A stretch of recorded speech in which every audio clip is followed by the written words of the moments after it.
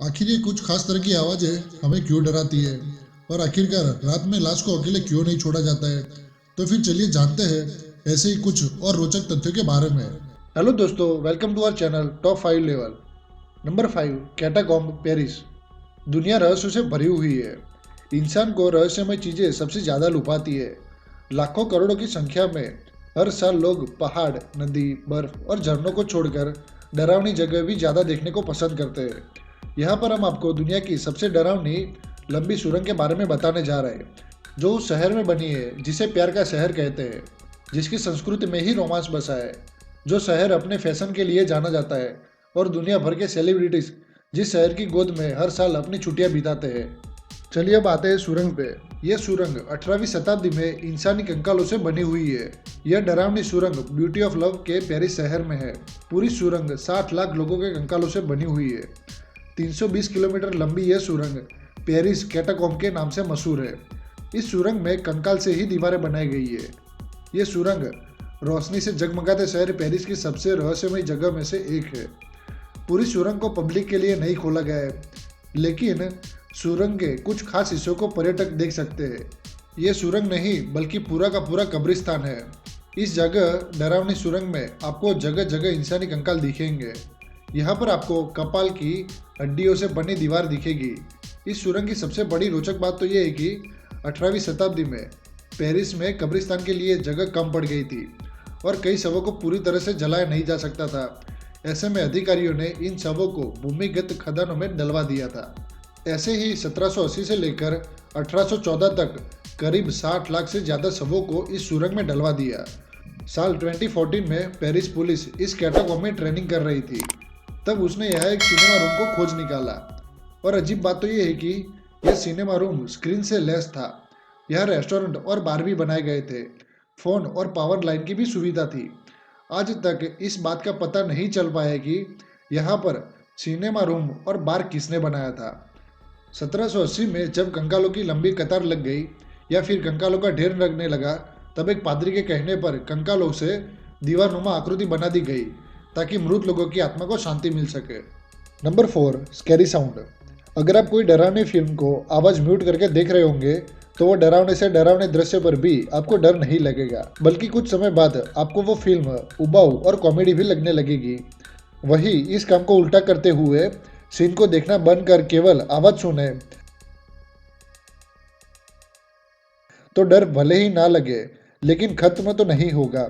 यानी डरावनी फिल्में सीन से ज़्यादा उसकी आवाज़ हमें डराती है। वैज्ञानिकों ने इस पर कई शोध भी किए, जिसके नतीजे ये बताते हैं कि हमें इस तरह की आवाज़ों से क्यों डर लगता है। कोई भी संगीत हमें सुकून देने के साथ साथ एंजॉय करने में भी मदद करता है, लेकिन किसी संगीत में कुछ उतार चढ़ाव के कारण इतना डरावना सा क्यों लगने लगता है। कैलिफोर्निया यूनिवर्सिटी के प्रोफेसर डैनियल ब्लमस्टीन ने इसको लेकर कई सालों तक शोध भी की, जिसके नतीजे वैज्ञानिक जर्नल बायोलॉजी लेटर्स के प्रकाशित हुए थे। इस शोध के मुताबिक इस खास पैटर्न की आवाज़ को नॉन लीनियर साउंड कहते हैं, जो इंसानों में डर जगाती है। संगीत के शोधकर्ताओं का ऐसा मानना है कि कुछ खास धुनों का कॉम्बिनेशन हमारे कानों और दिमाग को विचलित कर सकता है। ट्राइटोन भी कुछ इस तरह की धुनों का कॉम्बिनेशन है, जिसे संगीत की दुनिया का शैतान कहा जाता है। इस तरह की धुनों से दिमाग का वो स्थान सबसे ज़्यादा उत्तेजित हो जाता है जो हमारे डर और असुरक्षा की भावना को कंट्रोल करता है।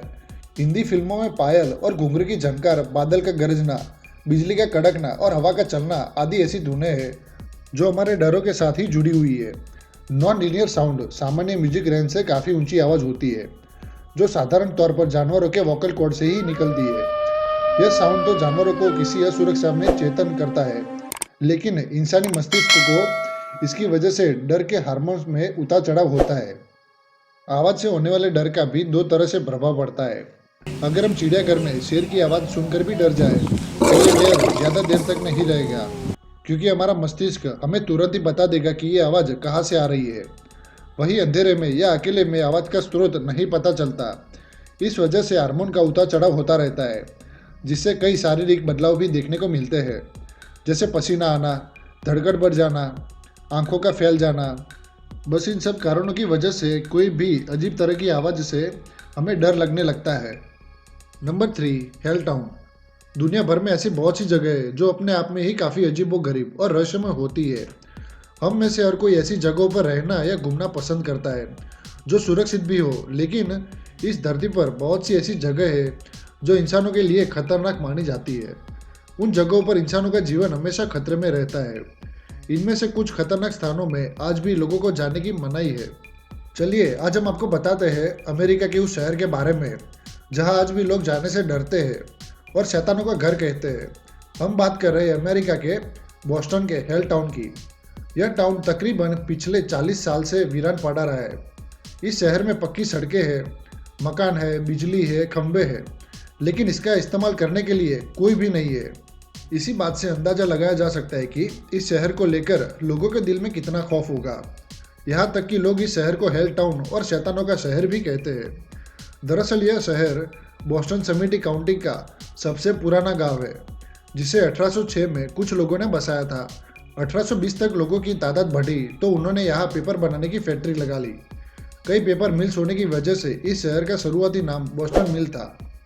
वही 1974 तक आते आते यहाँ पर राष्ट्रीय उद्यान बनाने के नाम पर मकानों को तोड़ा जाने लग गया। साथ ही अफवाह भी फैला दी गई कि सरकार यहाँ पर रासायनिक पदार्थ छिपा रही है।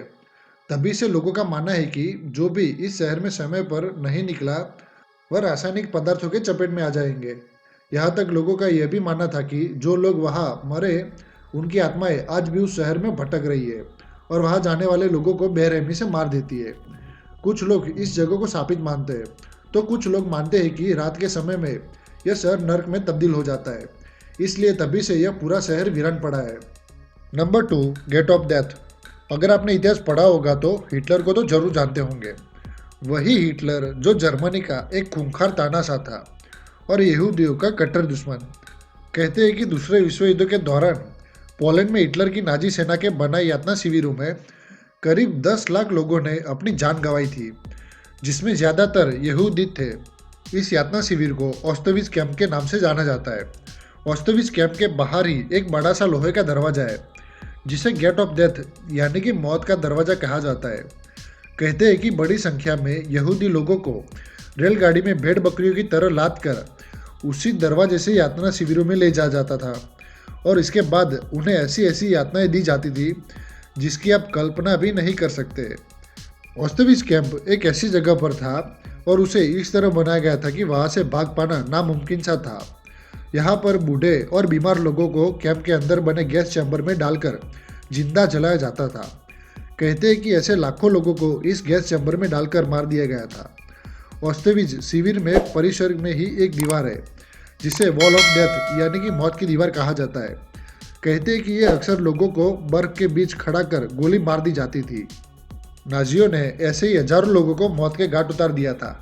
चलिए बात है नंबर 1 पर। लाश को रात में अकेला क्यों नहीं छोड़ा जाता है? इसके 2 कारण हैं। पहला ये कि शरीर में आत्मा का वास होता है, ये तो सबको पता है।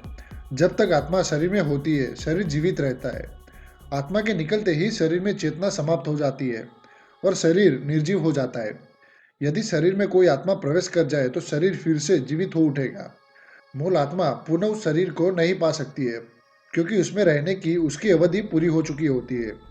लेकिन आत्मा के साथ संयुक्त सूक्ष्म शरीर मोह में वशीभूत होकर उस निर्जीव शरीर के पास मंडराती रहती है। उस आत्मा के शरीर के प्रति मोह से छुटकारा दिलाकर आगे की यात्रा के लिए अंतिम संस्कार किए जाते हैं।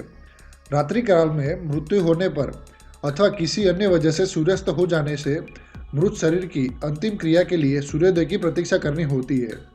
तब तक उस मृत देह की सुरक्षा करनी पड़ती है क्योंकि बहुत सी अतृप्त आत्माएं अपनी अपूर्ण कामना की पूर्ति अथवा अपनी उपस्थिति का एहसास कराने के लिए किसी ऐसे मानव शरीर को खोजती है जो खाली हुआ हो और जिसमें आसानी से प्रवेश किया जा सके। बस इन्हीं सब कारणों की वजह से ही लाश को रात में अकेला नहीं छोड़ा जाता है। थैंक यू गाइज इस वीडियो को यहाँ तक देखने के लिए।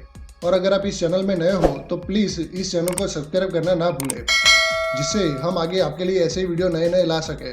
और अगर आपको वीडियो अच्छा लगा हो तो प्लीज़ इस वीडियो को लाइक कर दें।